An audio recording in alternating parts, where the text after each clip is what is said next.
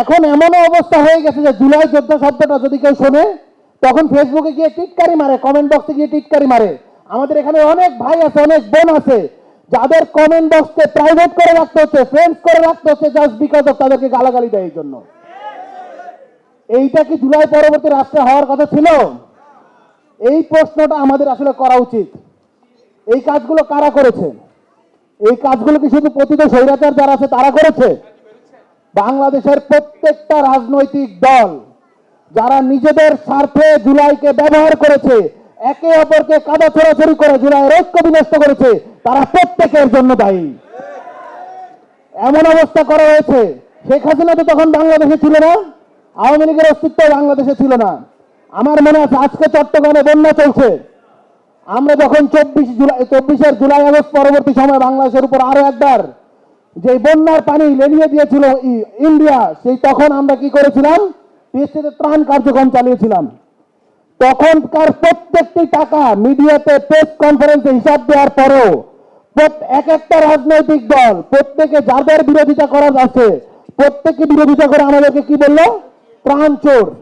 এখন এমন অবস্থা হয়েছে, চট্টগ্রাম বন্যায় ভেসে যাচ্ছে, সিলেট বন্যায় ভেসে যাচ্ছে, কেউ সাহস করে টাকা তোলার সাহস পাচ্ছে না, ত্রাণ দেওয়ার সাহস পাচ্ছে না। এই ভয়ে তাদেরকে আবার ট্যাগিং করা হবে। এই ট্যাগিং এর কালচার বাংলাদেশে কারা সৃষ্টি করেছে? আমাদের আসলে প্রত্যেকের নিজেদেরকে নিজেদের উপরে আঙ্গুল তুলে প্রশ্ন করা উচিত, আমরা কি জুলাইয়ের প্রতি জাস্টিস করতে পেরেছি কিনা? হাসিনারটা তো পরের প্রশ্ন, আমরা কি জাস্টিস করতে পেরেছি কিনা?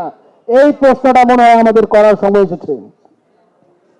আমরা দেখতে পাই, যদি পৃথিবীর ইতিহাস ঘোরেন, প্রত্যেকটা রাষ্ট্রে যারা শহীদ হয়েছেন তাদের পরিবার, যারা আহত হয় সেই গাজীদেরকে রাষ্ট্রের সর্বোচ্চ স্বীকৃতিটা দেওয়া হয়, সর্বোচ্চ সম্মান দেওয়া হয়, সর্বোচ্চ রেসপেক্ট দেওয়া হয়।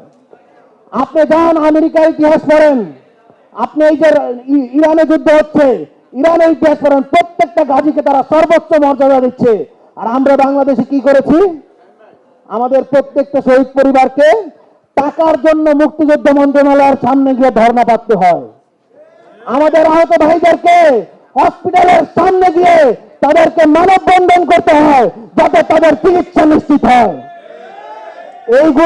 এইগুলার মতো লজ্জা, এইগুলার মতো ঘৃণাজনক কর্মকাণ্ড যারা যারা করেছেন প্রত্যেকেই তার দায় থাকবেন। ইতিহাস ক্ষমা করে না, আল্লাহ সাক্ষী আছেন, উপরে যিনি বসে আছেন সে বিচার করবে। সবাই তো গভর্নমেন্টের প্রশংসা করলো, ইন্টারিমের প্রশংসা, বিএনপির গভর্নমেন্টের প্রশংসা, এইটার কথাও বইলা গেলাম। আপনারা এই নিজেদের উপরে এই জাস্টিসটা করেন, শহীদ পরিবারের উপরে এই জাস্টিসটা করেন, আহতদের প্রতি এই জাস্টিসটা করেন, নইলে আল্লাহর মায়ের বড় মায়ের আপনারা কেউ মাফ পাবেন না।